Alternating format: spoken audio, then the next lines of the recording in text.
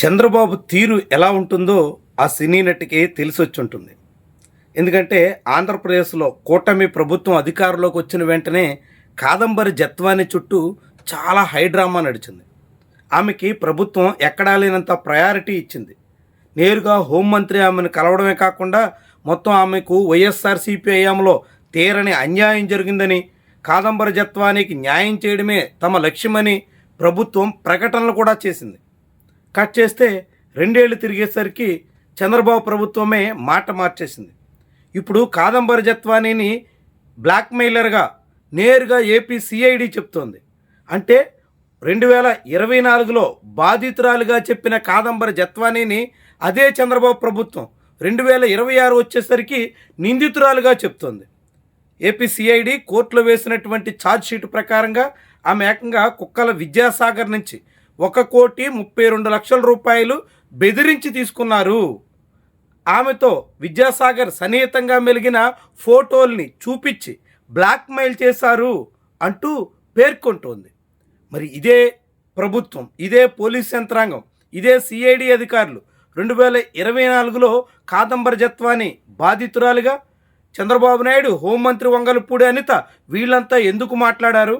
ఆ కేసులో పిఎస్ఆర్ ఆంజనేయులు మొదలుకొని విశాల్ గున్ని వరకు అనేక మంది పోలీసు అధికారుల మీద కేసులు పెట్టడం, అరెస్టులు చేయడం, సస్పెన్షన్లు విధించడం, ఇప్పటి వరకు పోస్టింగ్ కూడా ఇవ్వకుండా ఎందుకు వేధించారు అనేటువంటి ప్రశ్నలు అయితే ఉదయించక మానవు.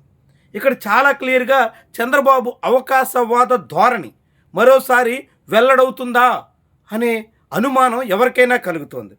2024లో కాదంబరి జత్వానికి అండగా ఉంటామని, కాదంబరి జత్వానికి న్యాయం చేసి ఆమెను వేధించి వెంటాడినటువంటి వాళ్ళందరికీ బుద్ధి చెబుతామని భీకర ప్రతిజ్ఞలు చేసిన చంద్రబాబు 2026 వచ్చేసరికి హఠాత్తుగా మాట మార్చేయడం వెనుక సజ్జన్ జిందాల్ ఉన్నారా అనేటువంటి ప్రశ్న ఉదయించక మానదు.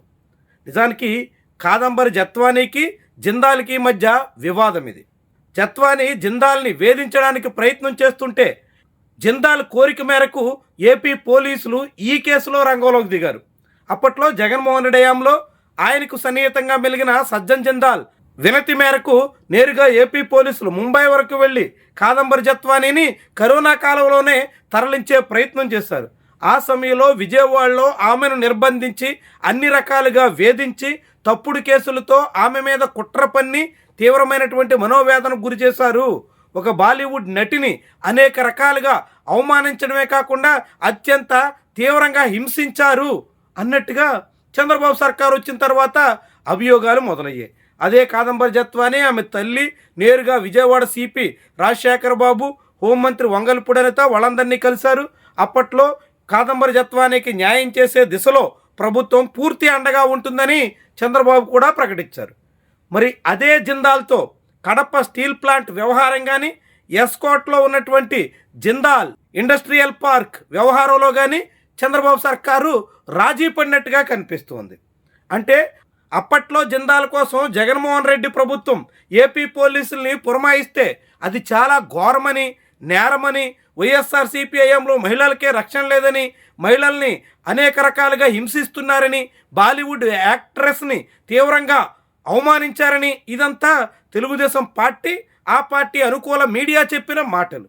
మరి అదే చంద్రబాబు అదే కాదంబరి జత్వాని కోసం అదే జిందాల్తో ఇప్పుడు రాజీ పడి ఎలాంటి తీరున వ్యవహరిస్తున్నారో లేటెస్ట్గా ఏపీ సిఐడి దాఖలు చేసిన ఛార్జ్ షీట్ వెల్లడిస్తుంది. అప్పట్లో కాదంబరి జత్వానీని బాధితురాలుగా చెప్పిన చంద్రబాబే ఇప్పుడు ఆమె నిందితురాలు అన్నట్టుగా ప్రభుత్వం తరపున వాదిస్తున్నటువంటి వైనం చాలా విశేషంగా చూడాల్సి ఉంటుంది. అంటే జిందాల్ మొదలుకొని కుక్కల విద్యాసాగర్ వరకు జత్వానీకి వ్యతిరేకంగా ఉన్నటువంటి వాళ్ళందరినీ కాపాడే దానికోసం ఇప్పుడు చంద్రబాబు ప్రభుత్వం ఒక్కసారిగా నాలుక మడత పెట్టేసిందా అనేటువంటి సందేహాలైతే కలగక మానవు. ఆనాడు కాదంబరి జత్వానికి అండగా ఉంటామని చెప్పినటువంటి వాళ్ళు ఇప్పుడు ఆమెనే దోషిగా నిలబెట్టే ప్రయత్నం చేయడం చూస్తుంటే ఎంతగా చంద్రబాబు సర్కార్ జిందాల్ ముందు సాగిలపడిందో, జిందాల్ లక్ష్యాల కోసం ఎలా జత్వాని విషయంలో తన మాట మార్చేసిందో ఎవరికైనా అర్థమవుతుంది. అంటే చంద్రబాబు ఎంత అవకాశవాద ధోరణితో సాగుతున్నారో తేట తెల్లం చేస్తోంది. ఇలా ఒక మహిళను ఉపయోగించుకుని రాజకీయంగా ప్రయోజనం పొందడం కోసం, వైఎస్ఆర్సీపీని బదనాం చేయడం కోసం తెలుగుదేశం పార్టీ నానా యాగి చేసింది. టీడీపీ అనుకూల మీడియాలో అయితే చేయని రచ్చలేదు. దాదాపు 2-3 నెలల పాటు రాష్ట్రమంతా కాదంబరి జత్వాని తప్ప మరొక సమస్య లేదు అన్నట్టుగా సాగారు.